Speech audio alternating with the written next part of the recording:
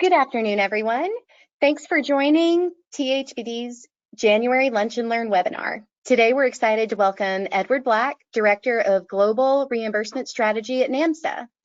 Ed joined NAMSA last year to build a Global Reimbursement Department after managing his own reimbursement consultancy for 10 years. Prior to that, he worked for more than 25 years in medical management and hospital and physician relations with Blue Cross Blue Shield and served on 2 national advisory boards. In addition to lecturing internationally, Mr. Black is adjunct faculty at the University of Minnesota Master of Science in Medical Device Innovation Program and is also reimbursement advisor to the University of Minnesota Office for Technology Commercialization. Today, he's going to provide a comprehensive snapshot of the fundamental issues that drive success in medical technology innovation and developing a successful reimbursement strategy. Ed, I want to thank you so much for joining us today. We're really looking forward to your presentation. And before I hand it over to you, we're just going to review some quick housekeeping tips. If you have questions during today's presentation, please submit those in the control panel underneath the questions tab.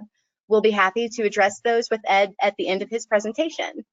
You can also find a copy of today's presentation in your GoToWebinar control panel under the Handouts tab. And that being said, Ed, feel free to take it away. Thank you, Tammy, and good afternoon, everyone. Sorry I can't see you, but you probably can't see me, and you can see the presentation, which is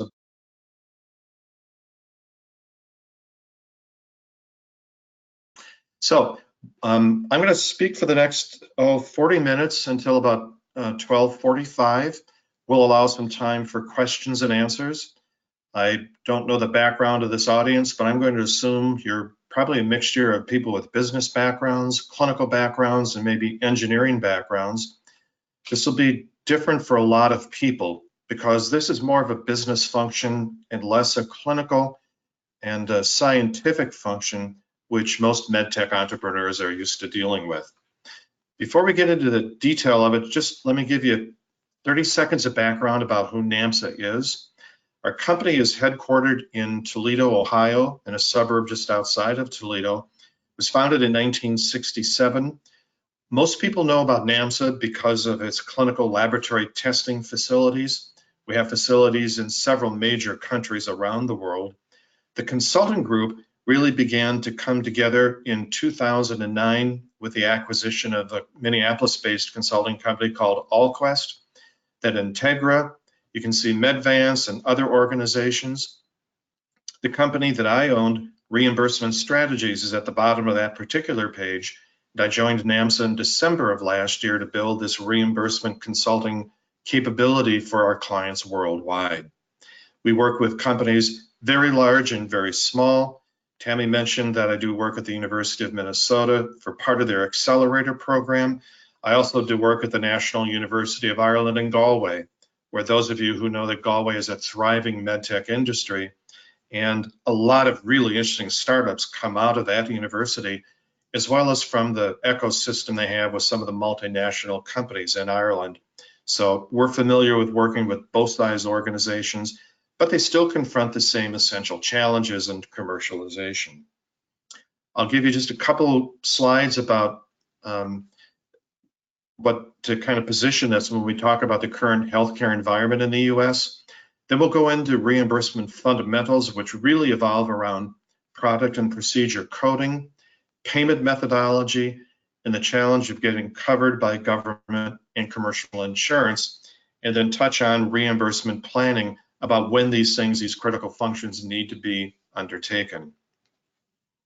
For those of you who may not be uniquely familiar or don't watch this very closely, out of 323 million people in the US, about 153 million, or just under half, are covered through employer-based insurance companies.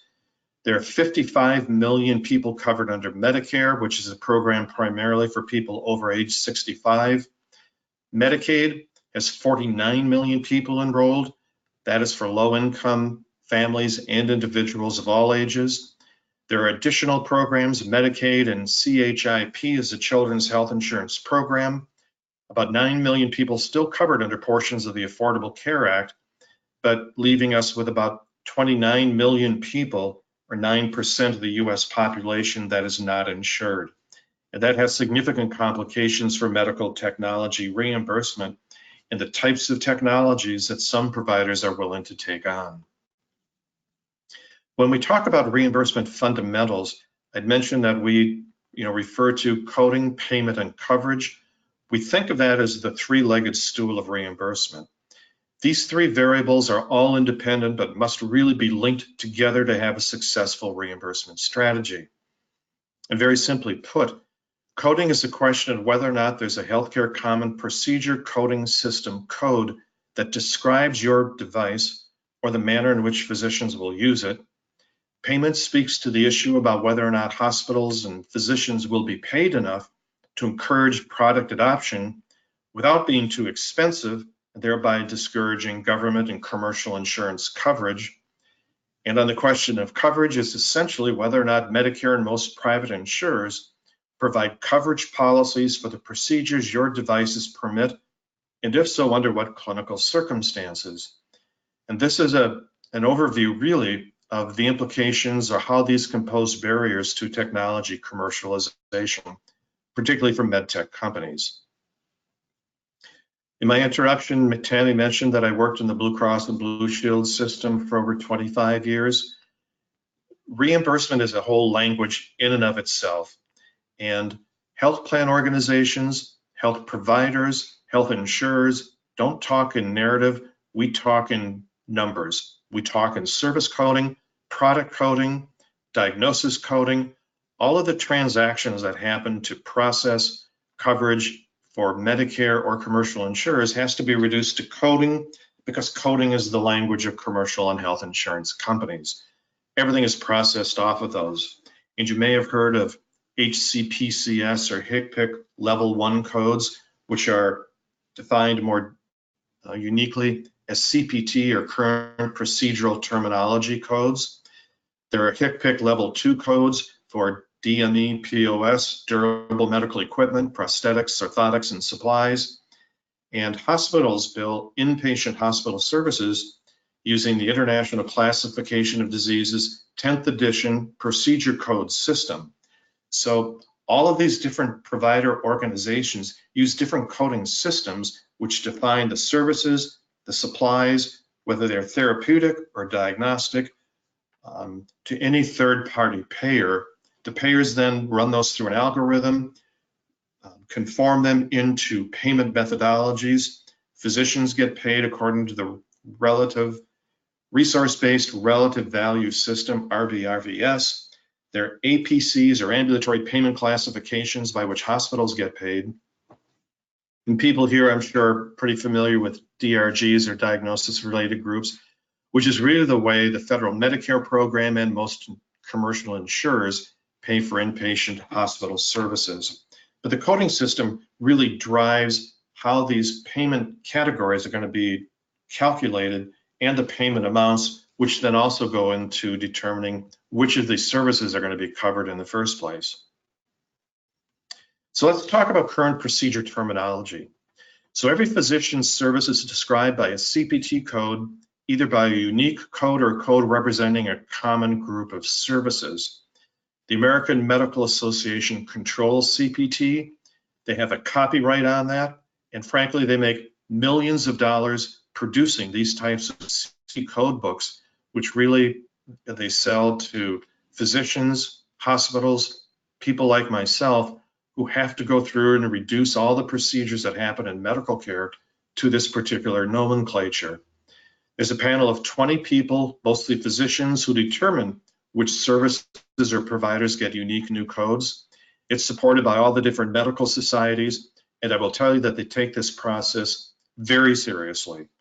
In practice, you will find that a lot of times physicians, and I don't mean to cast aspersions on physicians, I suspect there are some in this room, a lot of times what their business offices will do will be to get frustrated because some codes do not get covered or they don't get paid as they believe is appropriate. So some hospitals, some physicians start applying related CPT codes that are not completely accurate.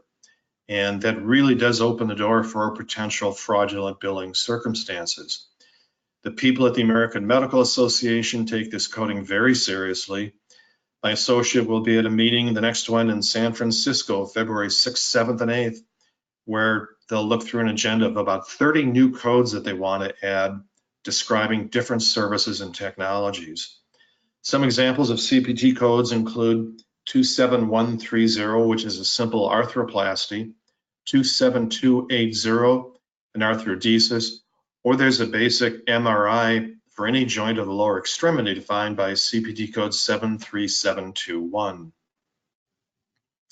In 2020, the AMA created or made 394 code changes, creating 248 new codes, deleting or revising another 146 codes. Most of those affect new medical services spiked by novel communication tools such as patient portals, but they're all trying to be more specific in defining the types of services that entrepreneurs such as yourself are developing and seeking to introduce into medical care.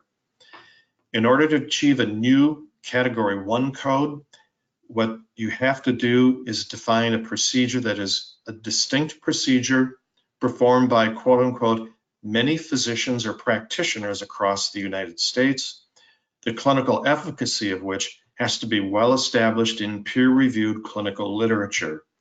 Those are really the two biggest challenges for companies that are developing technologies that permit a different service to be provided or a different surgical technique using new equipment or a new diagnostic tool, whether that is an imaging, laboratory, or some other biological analysis of human tissue.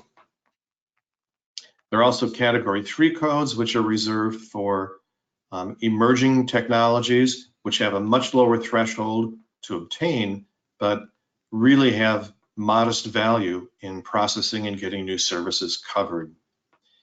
And finally, durable medical equipment, prosthetics, orthotics, and supplies. These have different types of codes. CMS defines DME as equipment which can be used in the home and primarily customarily treated to serve a medical purpose, has at least 3 years of lifehood, and is generally not useful in the absence of an illness or injury. Other services, prosthetics, orthotics, and supplies get different type of coding within that. And diagnostics, which is a huge booming industry today. I don't know if you're doing any diagnostics work in the temple market. We see a lot of this in Silicon Valley, not too much in Minneapolis, not very much in Boston either, but it is growing very fast in certain parts of the country and elsewhere in the world. These are being created with even unique CPT codes for multi-analytic assays with algorithm analyses, proprietary lab tests. A great deal is happening in this particular area. And finally, you'll hear of ICD-10 diagnosis and procedure codes. And these codes are used to authorize and calculate trillions of dollars in payments from Medicare, Medicaid, VA, and commercial insurance companies. And there is somewhere in the neighborhood of 68,000 diagnosis codes and 87,000 procedure codes to describe all the work that doctors and hospitals do. So think of this coding as a language. They need to be as precise as possible. Procedure codes need to be linked up with diagnosis codes so that if you're intending to pay for an appendectomy, the patient has appendicitis and not cholecystitis. It's a very granular reporting system. There are medical records people. There are people heavily trained in coding. I have a certified professional coder on my staff who does most of the work for our organization and our clients. It's something very precise and very serious, and it's really where the whole payment system really starts to work, because you have to define these services before you can figure out how to pay for them and whether or not they would be covered. So let's go to reimbursement fundamental number 2, which is payment. It's important to understand that there are different payment methodologies for services providing in every different location of service. Hospital inpatient services are paid according to diagnosis-related groups. Outpatient hospital services are paid according to ambulatory payment classifications. Ambulatory surgery centers are paid on a fee schedule. And if you think of outpatient hospital surgery and ambulatory surgery center, ASCs do a lot of the same procedures that outpatient hospital services do, but right now ambulatory surgery centers are paid about 40% less for the same procedures done in the outpatient department of a hospital. So if you're a marketing expert, or when you're starting to develop a marketing plan, you really need to understand that difference, because the same surgical procedure that may have sufficient margin when done in the outpatient department of a hospital may not be affordable for people or organizations that run ambulatory surgery centers.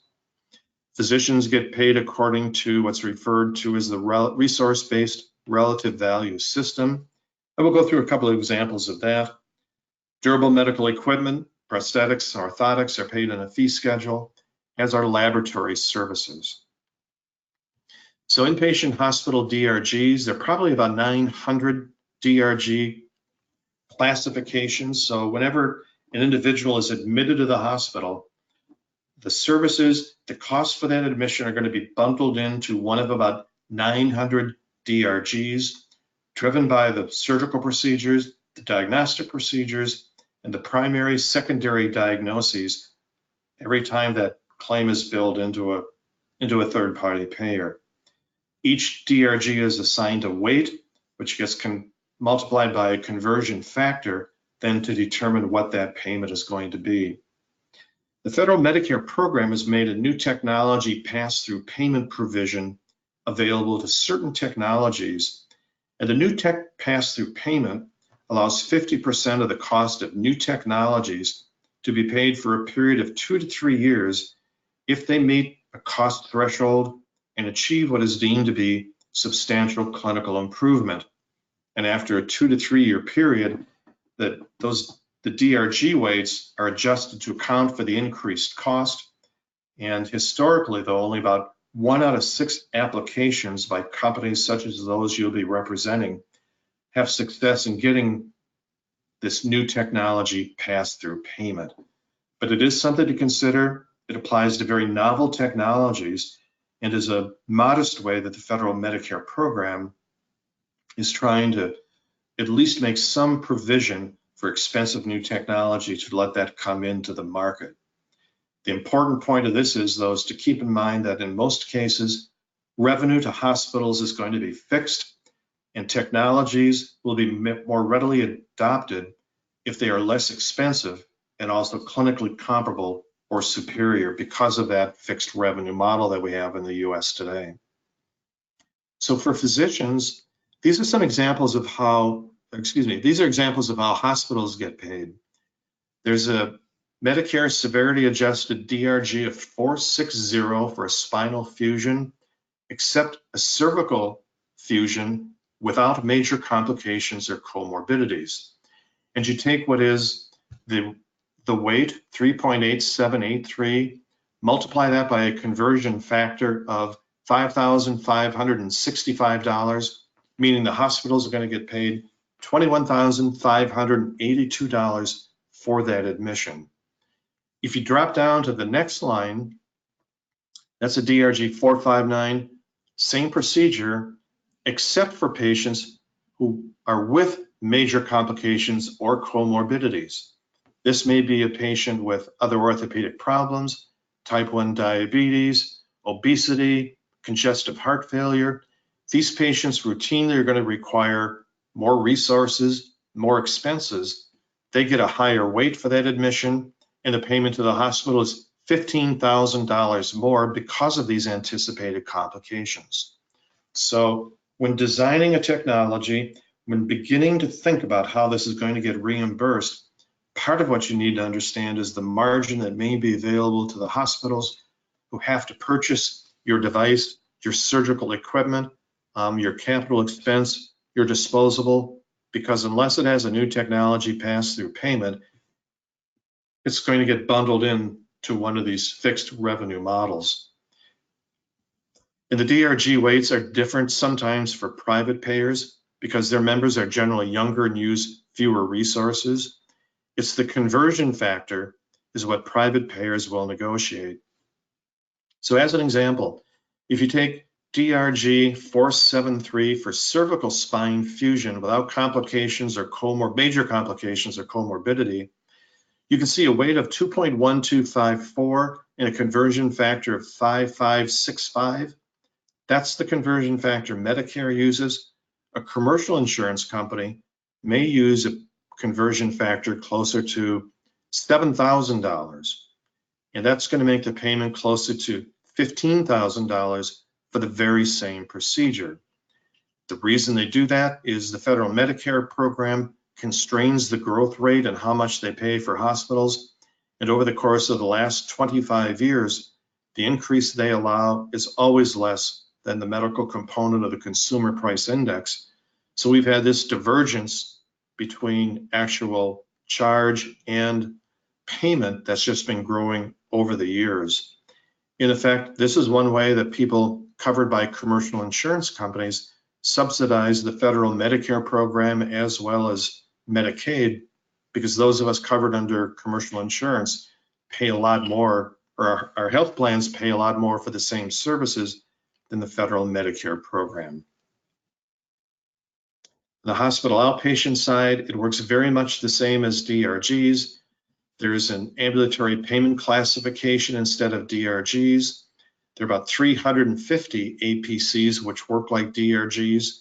There's a new technology add-on payment provision available for those with substantial clinical improvement and that are considerably more expensive than what's already accounted for in those programs.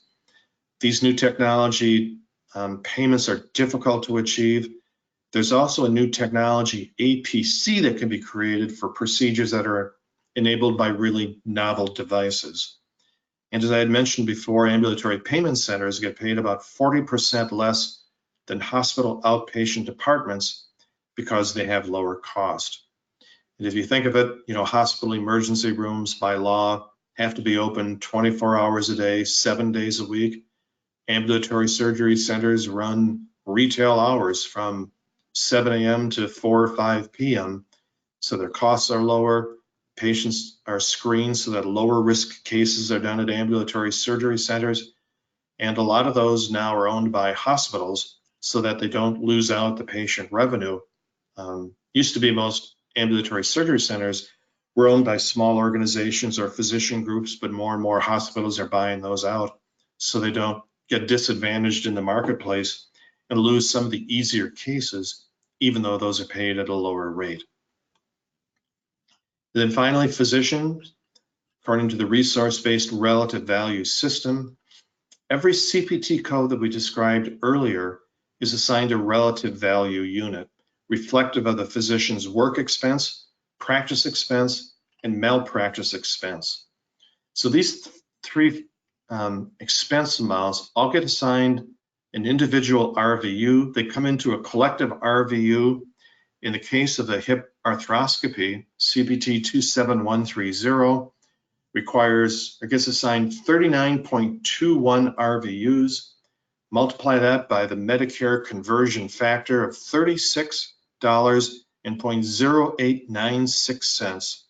And a surgeon is going to get paid $1,415 for doing that hip arthroplasty. The arthrodesis goes by that same formula. The MRI 73721 gets assigned RVUs. Those are at 6.44. You multiply by the same conversion factor to figure out how much a clinic is going to get paid for doing an MRI in the office. You'll see Medicare applies a geographic adjustment factor to account for the different cost of doing business in different parts of the US. In the middle of the country, where Temple is, as well as St. Louis, Minneapolis, and all the way up the Mississippi River, the geographic adjustment factors are much lower than they are on the East Coast or the West Coast, just because the cost of doing business in general is much higher in those localities. It's, many people will think that's unfair, but that's been in place since the federal Medicare program was created back in 1965. Conversion factors, consequently allowances, will vary by payer. So just as that conversion factor for hospitals is lower than what for Medicare than for what commercial insurers will charge, This conversion factor of $36.08 on the commercial side, a Blue Cross plan, Cigna, Aetna, United Healthcare is probably paying closer to $50 or $52 per RVU, which is going to increase the payment they make for the same services by about 35 to 40%. And that varies widely across the country as well. So the message here is, when you start developing technologies, when you factor in the cost, when you're trying to figure out whether or not a physician is going to adopt a new technology, you want to make certain that that doctor is going to be paid adequately, because they always have other options, or usually have other options for providing healthcare to patients. And if the payment level doesn't look fair, the doctor may not do the procedure. If a hospital is on a really tight margin for a new surgical procedure, and the bulk of their patients are going to be over age 65, meaning most of the payment source is going to be Medicare, they too may say the same thing, that their margins are too tight. They can't afford to take on a new, more expensive technology because the formula doesn't support it. And in those cases, new technologies have a significant challenge getting into the marketplace, even though they may be therapeutically better and or covered by commercial or government insurance companies. Payment can be a significant barrier in today's environment. Durable medical equipment, prosthetics, orthotic supplies, every HCPCS code gets assigned a fee schedule allowance by the federal Medicare program. And for private payers, because there are thousands of items of DME, when you think of canes, crutches, walkers, wheelchairs, colostomy bags, diabetes supplies, every one of those products has a HCPCS code. Every one of those products gets assigned a fee schedule by the federal Medicare program. And most commercial insurers use that same fee schedule just because it's too difficult and administratively burdensome to maintain. So if you're developing, as an example, a new CPAP machine, there's one HCPCS code for CPAP machines.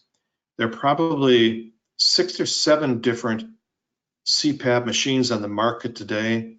They all have the same HCPCS code. They all have the same HCPCS allowance. So if you're developing a 7th CPAP machine, you're going to need to understand what that payment level is so that you can design a device within those cost constraints and try to be creative while adding some additional features to it without making it more expensive than what you're going to find in the market, because the payment's going to be fixed regardless of what you put onto that device. It's one of the unique things that you see in the DME world. Some people will say that stifles innovation. Others will say that just encourages technology companies to create less expensive new technologies. Medicare has a clinical lab fee schedule for every test that can be done. And those are all publicly available on the CMS website. So that's really payment. We've talked about coding. Once a service gets identified with a code, then it can get assigned relative value units. It can get assigned a weight, apply conversion factors, and that really determines how technologies are going to get paid, with some options for some carve-out payments for unique new technology. Of these 3 potential barriers, coding, payment, and coverage has really become the most challenging, and it is the greatest barrier among these 3 reimbursement variables, because not every technology or service that has a code is covered, and not every service that is paid well is covered well. And that's what we're going to spend the next 15 minutes talking about. The next couple slides are probably the most important ones to really get comfortable with and understand out of all the presentation here this afternoon. What you're seeing on the top is a picture of the Department of Health and Human Services. The Food and Drug Administration and CMS buildings are pictured below. Both of those organizations, the FDA and CMS, are part of Health and Human Services, but they serve completely different functions. The FDA is all about regulation Medicare is all about coverage and payment, and they frequently use different language. They often do not communicate, but you must anticipate the needs of one organization while thinking about and working with the other. This is a slide I've used for a number of years to try to explain why this is really different. The Food and Drug Administration operates off the mantra of safe and effective. Their responsibility to the US public is to ensure that every medical device that's on the market is safe and effective. And the means by which this is done is, by most companies, is you recruit homogeneous groups of patients. You carefully select which patients are going to be part of your clinical study. You support them throughout the process. You apply strict study and quality controls for patients under these programs, provide strict clinical oversight to make certain patients are compliant with a protocol. You're taking your technologies to the best medical centers and key opinion leaders who will practice the science of medicine, all to prove that the device that your company has created will do exactly what it's designed to do and be safe and effective. And they're often based on predicate devices or non-inferiority studies. That's one baseline perspective. Once you get it cleared, then all of a sudden people have to start thinking about whether or not that's going to get covered. And that's historically how this has been done. People go through the rigors of developing clinical trials in order to prove that the device is safe and effective, and assuming that it meets that threshold, then want to start marketing it directly to consumers or through government or commercial insurance health plans. But here's how health policy people work, and they're identified in the table on the right, represented here by CMS, but CMS is just a proxy for any commercial insurers.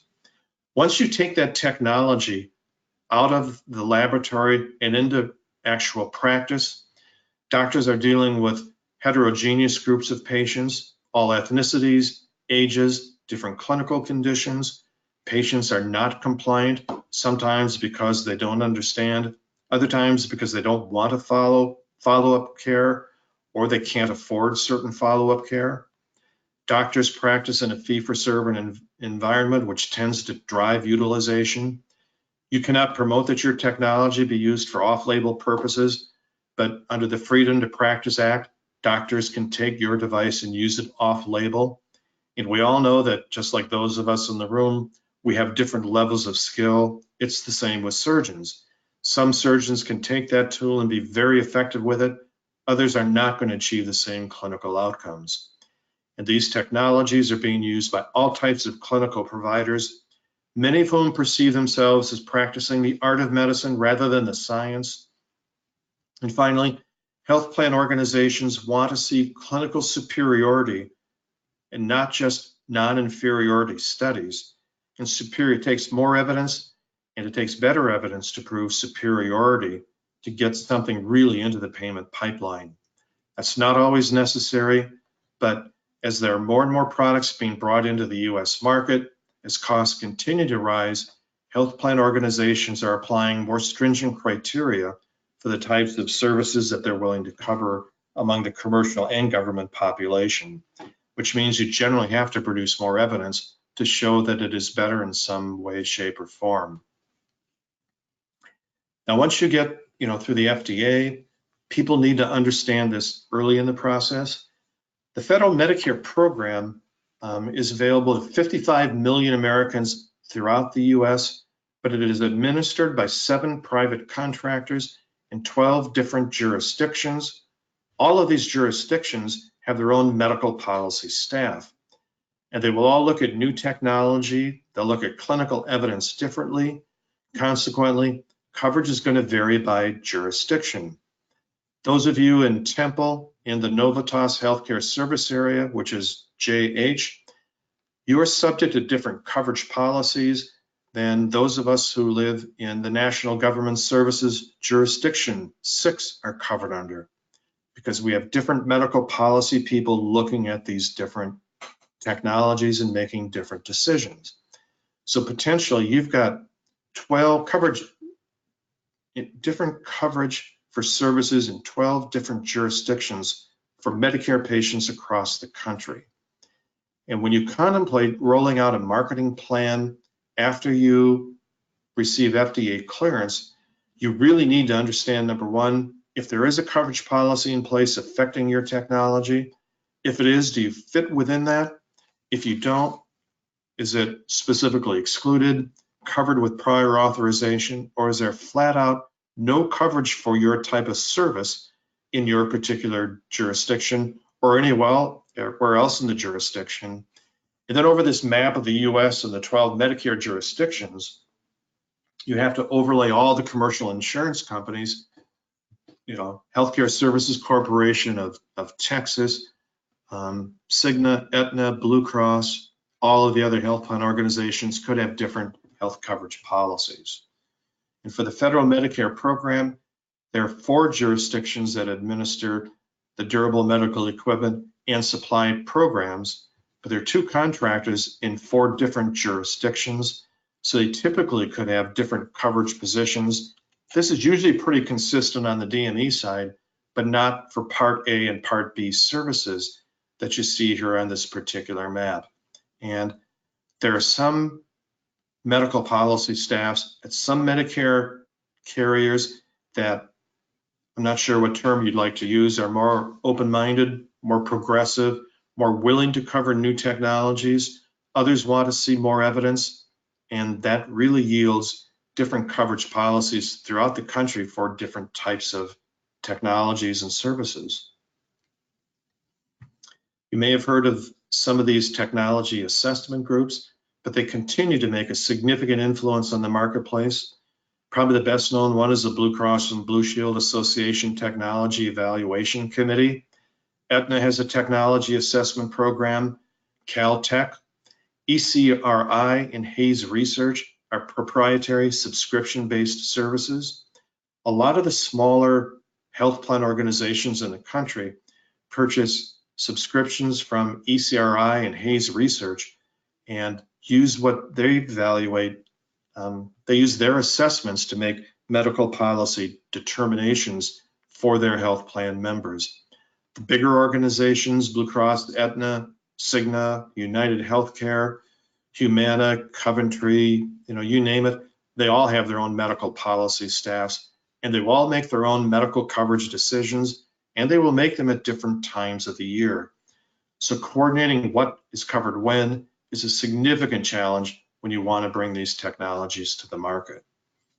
These are the best known basic 5 criteria, tech criteria. The Blue Cross and Blue Shield Association has used these 5 criteria for over 25 years.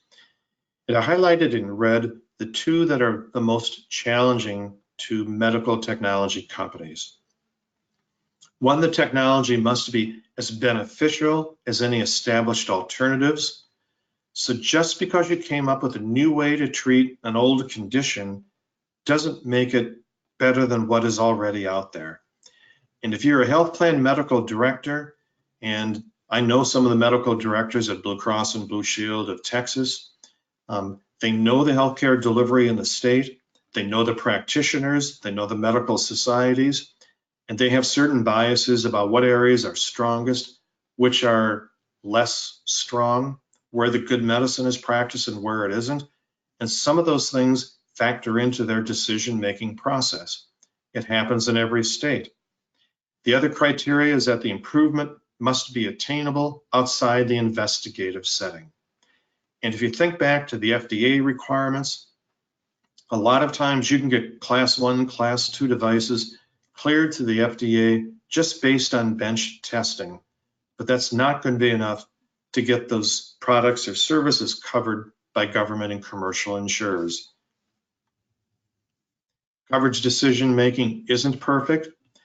Insurers, including Medicare, will rely on peer-reviewed published clinical literature for which there are very few benchmarks for volume, evaluation of evidence for safety and efficacy. Clinical guidelines adopted by effective medical societies will significantly help advance coverage for a new technology. Documented cost effectiveness is important, and key opinion leaders, industry lobbying is really minimally effective. Most health plan medical directors and medical policy staffs will no longer meet with industry, largely because they don't want to be bullied and browbeat by key opinion leaders who know all of these procedures better. They probably are the people who are top of their class and professionals, but that's not who provides the bulk of healthcare in the United States.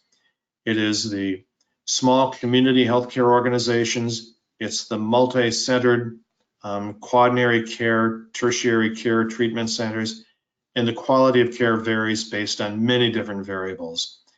Commercial insurers are there, as well as government insurers, to treat populations of people, not individual patients.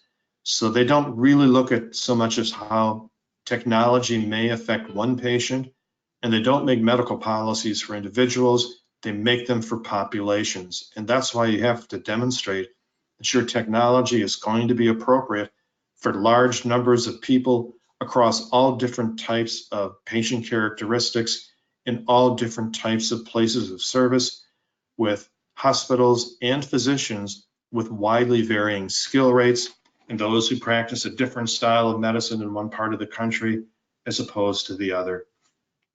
So you can give the same clinical evidence to any particular group of medical review people and still get different decisions about whether or not there's sufficient evidence to cover a new technology.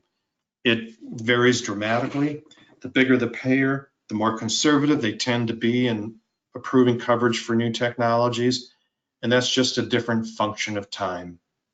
You need more evidence to get CPT coding than you do to get cleared by the FDA, and you need even more evidence oftentimes to get a technology or a product covered than you do to get it coded.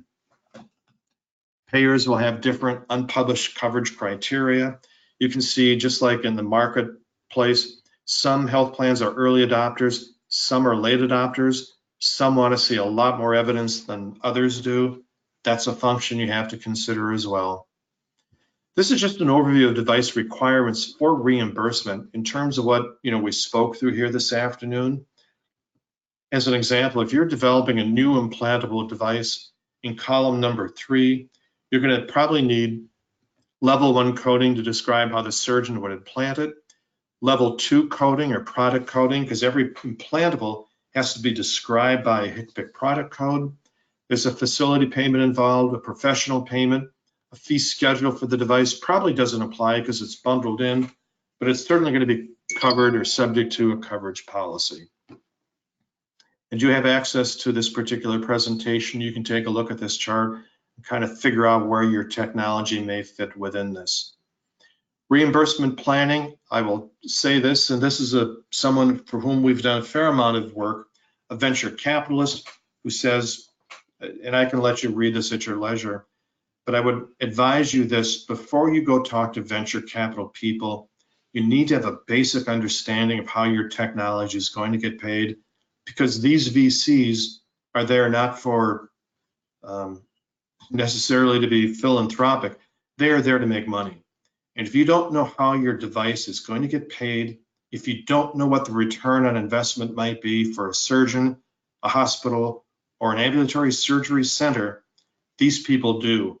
And you will be embarrassed if you don't come in there and have at least a basic understanding of how your device is going to get paid. It is why we think in terms right now that a reimbursement assessment really should happen very early in the planning process, at the same time that you get a regulatory assessment.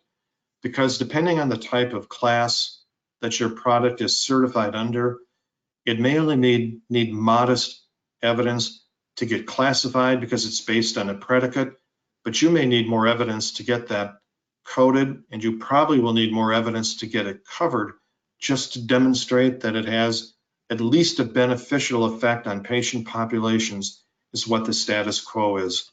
And if you're going to be designing clinical studies, you don't want to have to go back and repeat the process.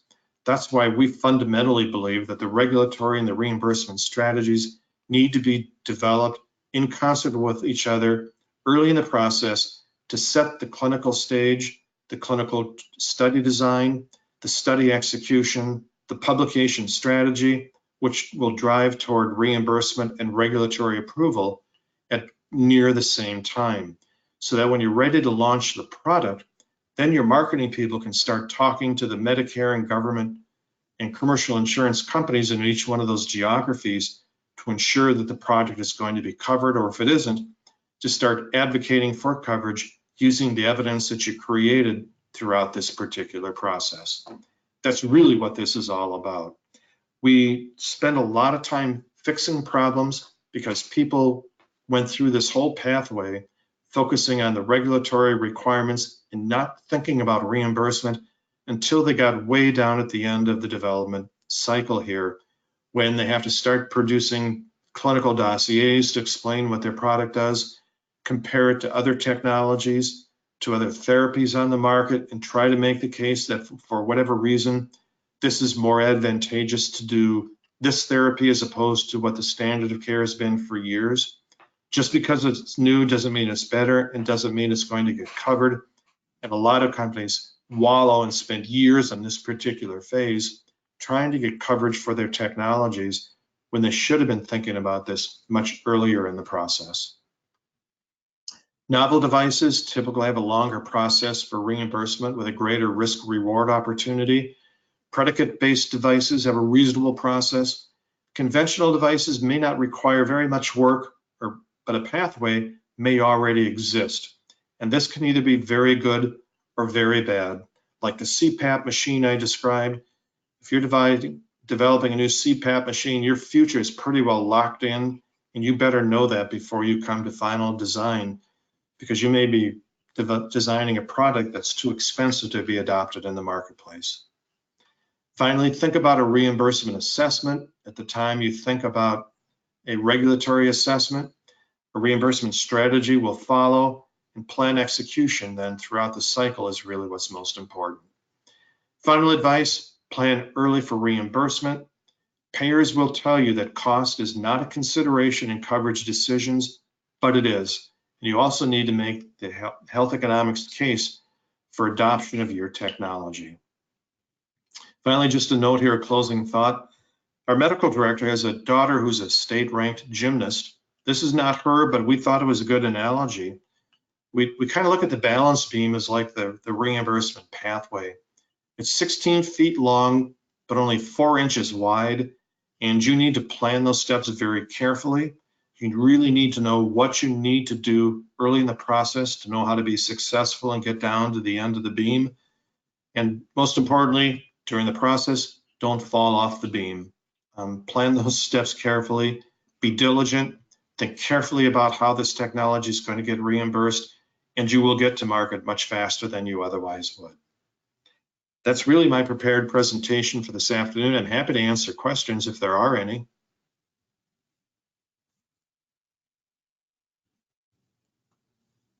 This is Tammy. Thank you so much. I do have a question for you based on a durable medical equipment prosthesis orthotics supplies, your DMEPOS. I have a startup company that is working on a walker that's going to have a device added to the walker. And based on what you were saying, will the payers only pay the same price as the walker and not add the additional payment for the device that's attached to the walker? Walker probably isn't as good an example, but wheelchairs are. They're all different styles of wheelchairs for people of different levels of ability, all different kinds of attachments that you can apply on those. Leg extensions or trays, controllers, all of those have product codes so that you can still buy a basic wheelchair, but you may need to replace a standard cushion or one that helps prevent the development of pressure sores. A lot of those have different HIT codes that you can add to them. I don't think there are many services you can add to a walker other than potentially a tray or some other types of gadgetry. Off the top of my head, I can't think of what those might be, but that is possible. And sometimes if there isn't a code and it's judged to be something significantly different from the standard product design and worthy of adding a code, there's a process to get a new code for that item of DME as well. Sure. The device that Tammy was alluding to is something that reminds a person to use the walker. Electronics that attaches to the walker but functions to perceive the movement of the person so that the person can be reminded in real time that the walker is there. I'm having a little bit of difficulty hearing. It sounds like you're inquiring about a device that would remind a patient to use a walker. That's correct. You know, that's a tough call. That's in that real gray space of trying to define who needs that. And of all the people who use walkers, I'm going to say most don't need a device for that. So if I'm a health plan, They actually do, because a lot of falls happen when people need to use a walker are not using it.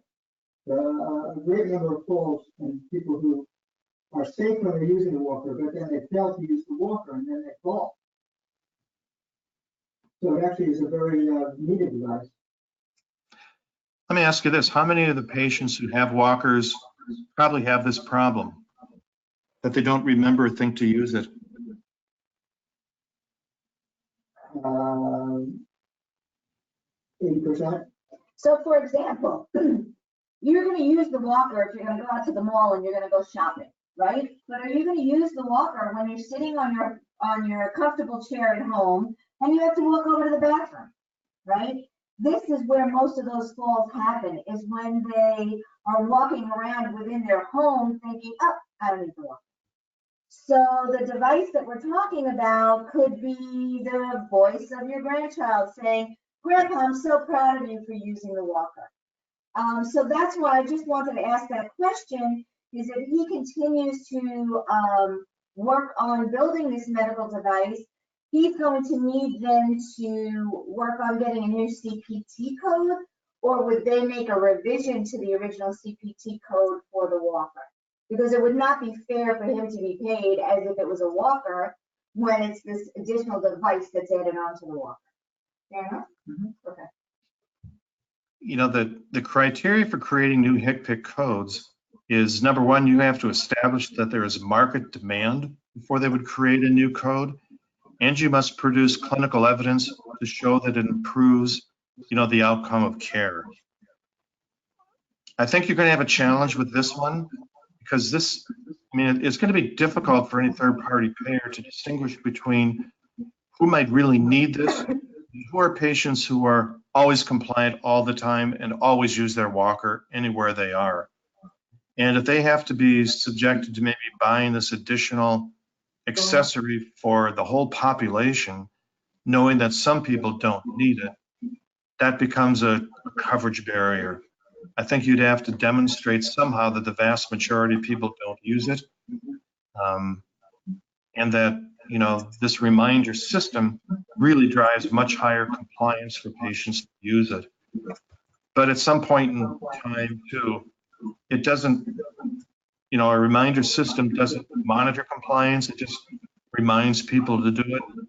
And payers don't have any way of knowing whether people are actually using that or not all the time. Well, I would guess then we would need a type of study to prove, I guess, a long-term study, how many people fall not using it versus how many people don't fall. But would that be enough? You know, that's the real $64,000 question. Who knows if that's going to be enough? I think you'd have to come up with some really compelling evidence to suggest that. Maybe these are patients who are not only have problems ambulating, but perhaps have partial memory loss and just don't remember to do this, or have other reasons for generally not using their walker. But health plans are really hesitant to buy accessories for the whole population, knowing that not everybody needs it. And you'd really need to stratify who would most benefit from this to make it easier for a health plan medical policy group to say yes. Thank you so much, Ed. We appreciate that. Sure. You know, there are a lot of these devices that are good for the consumer market. And this might be something good for grandkids or sons and daughters to buy for their elderly parents, you know, as a reminder. Doesn't necessarily mean the health insurance industry is going to pick them all up, though. Yeah, I was certainly thinking that it might be more suitable for a consumer device. And are there any barriers to pursuing that pathway because it is, it can also be perceived as a medical device? I'm having a really difficult time hearing. I think you said inquired about a consumer-directed commercialization pathway, which I think this might be more suitable for. It would take a closer examination to figure out if this really is a medical device. Right. I think what I'm asking is because if you pursue a consumer pathway, are there any barriers that would occur because of the relationship to a medical device? To considering a medical device? I'm not certain if that's something that would have to be cleared by the FDA or not, depending on just, you know, the final design and definition of that. It may not even be a medical device.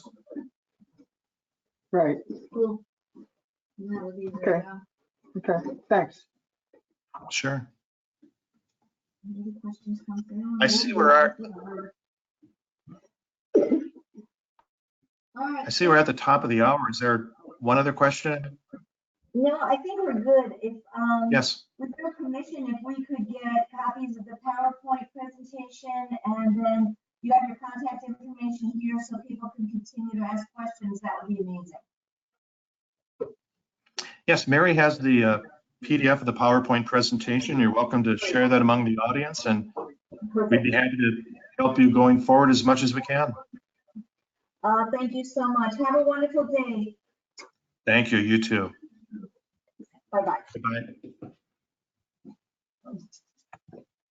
Well, thank you for bringing that up. Well, that's, you know, it's just I'm listening to him and I'm